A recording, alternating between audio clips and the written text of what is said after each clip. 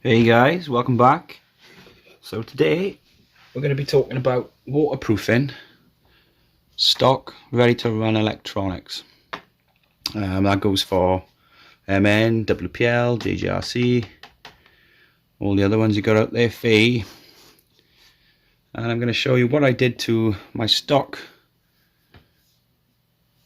MN99 electronics to waterproof them, because I'm seeing a lot of comments on, is it waterproof? No, they're not. If you get them too wet, then chances are you'll either burn something out or the lights will flash. And if it's clean water, then if you leave it to dry, the chances are it'll come back to life. But sometimes that's not always the case. So I'm going to show you a very cheap and simple, effective method of waterproofing the electronics. So here's what I made earlier. Here's my MM board. So a lot of you can probably tell that straight off the bat there's no light connections anymore. I've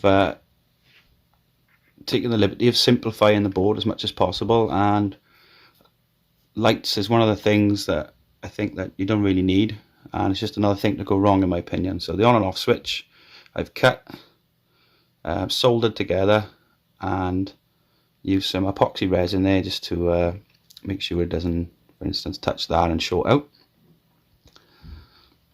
And yeah, I've covered the components in epoxy resin. One thing I've done, obviously, like I've said, I've removed the light ports, and after removing the light ports I also got some snips. Highly recommend wear some eye protection, and I cut the pins off, making it easier to cover, so water obviously won't get in between the pins and cause a short connection. And the same goes for the back. I took the snips, and any pins that were sticking out a bit too much, I just shortened them down and literally covered that in epoxy resin. So it's just super cheap and super effective. I've got the epoxy resin here. I think it cost me £1. You mix it up and plaster it on there, let it dry, and that's pretty much it for the circuit board. The battery cable, I'd maybe put a blob of epoxy on the top as well there, just stop water getting in that connection. Same here. And obviously then that'll become a permanent fixture, but that's a good thing. It'll save you mixing up wires and messing up the polarity and smoking this thing up. So the servo, this is an old C34 servo, but I'm just going to show you for example. You can unscrew the 4 screws here at the back.